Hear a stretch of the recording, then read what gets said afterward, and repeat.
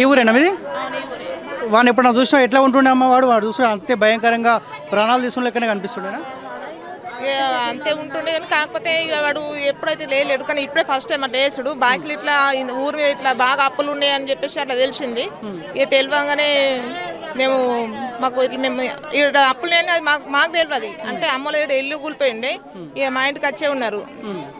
అయితే మా ఇంటికి వచ్చి ఉంటే ఇక్కడ అప్పులు చేసిరు, ఇవి అంతా బాకీలు చేసిరు, ఇట్లా పైసలు తీసుకుంటే ఇట్లా పైసలు ఇస్తాము ఇప్పిస్తామంటని మన భూమి జాగులు అవన్నీ తీసుకునడం చేయడము. నేను జీవన్ రెడ్డి చేతి కింద ఉన్నా, నేను ఎట్లా చెప్తా అట్లా అనుకుంటా అట్లా చేసిండు. ఇక చేసిండు అయిపోయింది. ఇక మళ్ళీ మాకు ఇల్లు కూలిపోయింది ఎట్లా అంటే లోన్ ఇప్పిస్తా అంటారు అన్నాడు.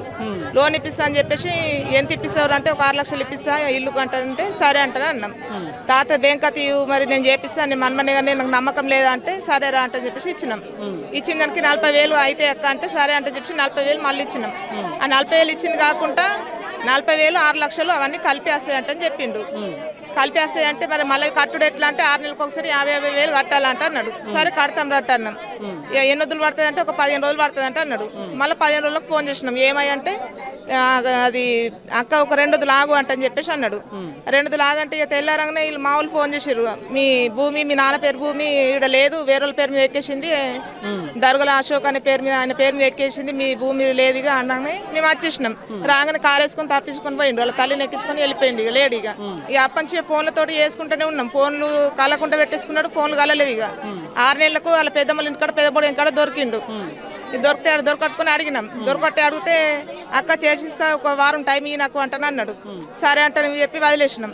ఇక మళ్ళీ అంతే ఫోన్ చేసి ఇచ్చా పెట్టుడు, ఫోన్ కలకుండా చేసాడు, అంతే పెట్టేసిండు. ఇక పెట్టాక మళ్ళీ మొన్న ఫోన్ చేసి ఓట్ల మీద అప్పుడు ఫోన్లు చేసి అక్క మీరు ఎప్పుడు వస్తారు రండ్రీడికి మరి మీకు కూడా భూమి చేసిస్తా అచ్చిడ ఉండుర్రి అంటే నువ్వు మాకు భూమి ఇచ్చినప్పటికీ మేము వస్తాం అప్పటికి మేము రాము. ఎంత భూమి అమ్మా? ఎంత?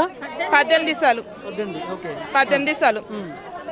ఇక మా భూమి మాకు కావాలా చెయ్యాలా అంటే సరే అంటని చెప్పేసి అన్నాడు. ఇక ఇప్పిస్తా అంటున్నాడు. ఇంక ఇప్పియలేడు. టైం పడితే ఒక వారం 15 రోజులు టైం పడుతుంది అంటే సరే మరి అయితే అప్పుడే మేము వస్తామంటారు అన్నాం. అచ్చిడ ఉండుర్రి అంటే మేము ఉండం చేయమంటని చెప్పేసి అన్నాం.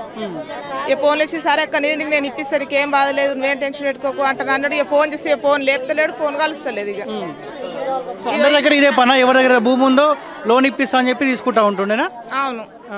ఇట్లనే ఒక 5 కూడా ఇంతే చేసిండట. ఆ విషయం అది మాకు తెలియదు. తెలిసి అసలు మేము ఇయ్యకపోతుంటే ఒక 5 ఇంతే చేసిండట భూముల విషయంలోనే.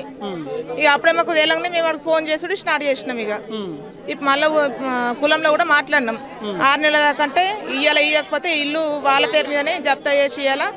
వాళ్ళ అమ్మ నాన్నకు వాళ్ళకు ఆడ ఇల్లు కూలిపోయింది, పొలం తీసుకున్నారు కాబట్టి ఆ పొలం అంతకు ఇల్లు ఇచ్చినా కానీ వాళ్ళకు అంతకే ఆసర ఉంటుంది అంటే చెప్పేసి అన్నారు. సరే అంటే అని చెప్పేసి మాట్లాడిండ్రు. కులం వాళ్ళు మొత్తం ఒప్పుకున్నారు. సరే వీళ్ళ దాంట్లో కూడా అదే పంచాయి కదా, పైసల పంచాయి అంతే. అయితే ఇప్పుడు వాడు బయటకు వచ్చిన కానీ ఇప్పుడు ఇక అందరికీ భయం వేస్తుంది. బయటకు వస్తే ఎట్లా ఏం చేస్తాడో ఎవరిని ఏం చేస్తాడో అన్నట్టు అందరికీ భయం వచ్చకపోయింది. ఇక ఎట్లా మీ భూమి కూడా పోయినట్టేనా మరి? మా భూమి కూడా పోయినట్టు అంటే ఇక ఆయన పేరు చెప్పుకొని ఇక ఈయన ఇట్లా చేసిండు. ఇక అది ఎట్లా చేస్తారు? ఇక న్యాయం ఇక చేయాలి. ఇక